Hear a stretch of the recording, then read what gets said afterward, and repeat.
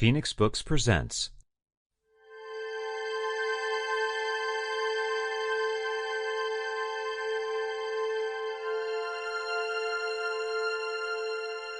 Questioning the Millennium by Stephen Jay Gould.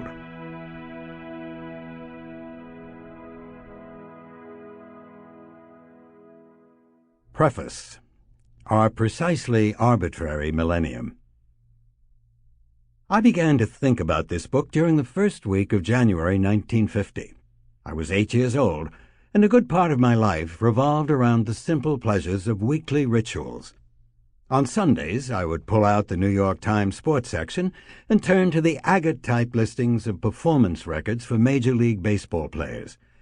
I would take an index card, align all the stats for a single player along the top edge, and then slowly move the card down, a player at a time, studying the numerical data for each in turn.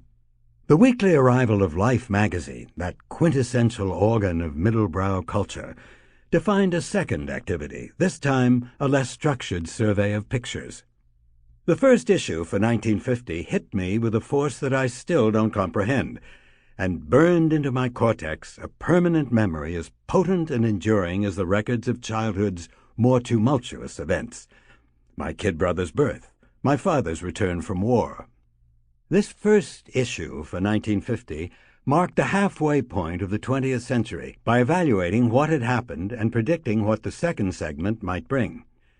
The publication of this special issue in January 1950 rather than January 1951, the true half-century point, according to one school of thought, provides yet another expression of that recurring, perverse, frustrating, funny, yet somehow fascinating debate on the unresolvable issue of when centuries end, the source of more passionate discussion than ever before, because the forthcoming passage also marks the inception of a new millennium.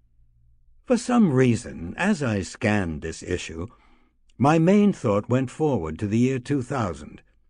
My third-grade mathematics told me that I would then be 58 years old, while two living grandparents testified to the high probability that I would witness this far more interesting event.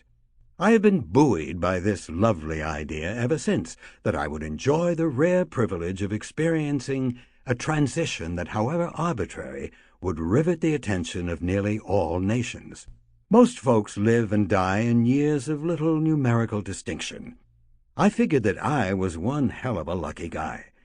When I should have died of cancer in the mid-1980s, but recovered instead, I listed only 2 items. Sample complete. Ready to continue?